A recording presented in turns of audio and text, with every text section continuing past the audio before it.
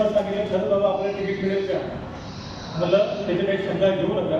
काम करणाऱ्या लोकांना सगळं मिळतं. तिथे काही तुम्हाला 1.5 लाख 2 लाख 10 लाख कोणी नाकार नाही. फक्त 20,000 रुपये तुम्हाला पार्टीचं सदस्यत्व, आजीवन सदस्यत्व हेच तुम्हाला करावं लागतं. त्याच्यामुळे आपण या बुलढाण्यामध्ये मजबूतीने काम करूया. मजबूतीने शिक्षण असेल तर शिक्षणाचे प्रश्न आहेत, आरोग्याचे प्रश्न आहेत, धार्मिक प्रश्न आहेत, ते काही सामाजिक प्रश्न आहेत. त्याच्यावरती चांगला एक युवानेता तुम्हाला मिळालेला आहे. त्यांच्या पाठीला तुम्ही जेवढं काम करून घ्याल करा. तर आम्हाला विश्वास आहे तर रात्र दिवसात झोपणार नाही. त्याच्या अगोदर झोपत नव्हते. पण तुम्ही इतके लोक या ठिकाणी जमलेला, मित्रमंडळी जमलेला, तेवढे आपले वडिलांचे लोक आहेत ते जमलेले आहेत, आपले मेजर साहेब या ठिकाणी आहेत. आणि आम्हाला ज्यावेळी सचिन दादा असं वाटत होतं की आम्ही ज्या ज्यावेळी बुलढाण्यामध्ये आलो तुम्हाला आम्ही उपलब्ध आहोत. आणि मी काम करणार कार्यकर्ते मला भाषणबाजी करायला आवडत नाही. मी कधीच कुठल्या कार्यक्रमात जात नाही. मी फक्त आंदोलनाला जात असतो.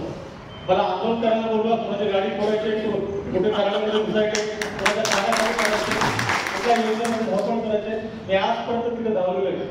पण आमचं एक चिंतन झालं की नाही आपण वैचारिक कार्यक्रम घेतले पाहिजे.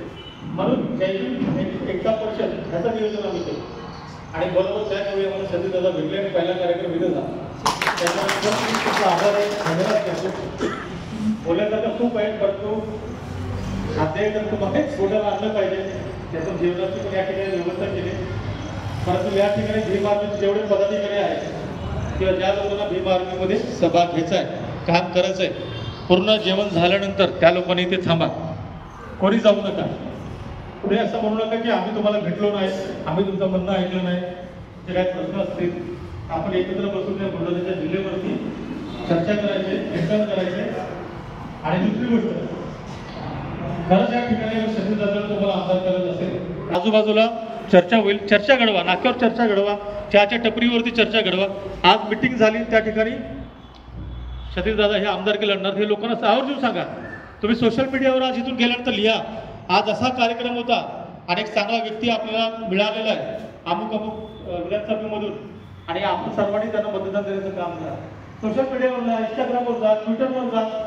आपण रील्स बनवत असाल किंवा आपल्या संपर्कात कुठे रील्स बनवणारे असेल तर त्यांना सतीश पवारांच्याबद्दल सांगा. प्रत्येक हे जे ज्या ज्या ठिकाणी प्रसिद्धी मिळू शकतो तर प्रत्येक प्रसिद्धीचं माध्यम आपण बनलं पाहिजे हे सांगू इच्छितो. आणि या ठिकाणी खऱ्या अर्थात माझं जे काही येणं होतं मला आउटपुट मिळालेलं आहे, महाराष्ट्राला आउटपुट मिळालेलं आहे.